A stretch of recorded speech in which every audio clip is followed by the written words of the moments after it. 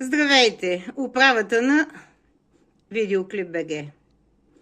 Защо стана така, че след като пуснах няколко дози мои клипове с линкове от YouTube при вас, ми изтриха основния най-голям профил, над 2000 поста, в YouTube. Кои са тия доносници, докладчици или връзка между... Май всичко е верижно. И толкова ли съм опасна? Аз не изкарвам пари, както правят в TikTok.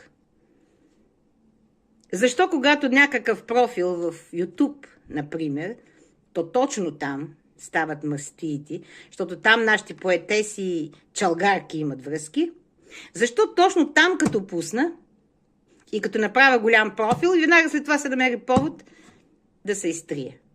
Но този път съвпадна с моето присъствие при вас. Аз не мога да ви дира сметка, нито на вас, нито на YouTube. Сайтовите са ваши, не са мои. Но няма логика. Освен една сметкаджийска история, завист, злоба на определени хора. И едва ли са политици? Политиците не им до мен. Пък аз нямам мои клипови срещу политиците. Мои клипови. Интернетът е пълен с такива, но не са мои. А песни, композиции, свирене, мои стихове. Какво пречи това? То не е на политическа основа. Защо? Не е на чалгарска даже, защото аз чалга не пея. Каква е тая злоба, завист? Каква е тая България? Добре ли, какво искате? Да спрете... Не вие конкретно. Не вие.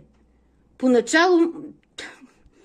Просто нямам думи. Не. Аз не пуша цигари, да изпуша една цигаря да ми мине. Нито пък пия студена вода. Но и нагоре гледа.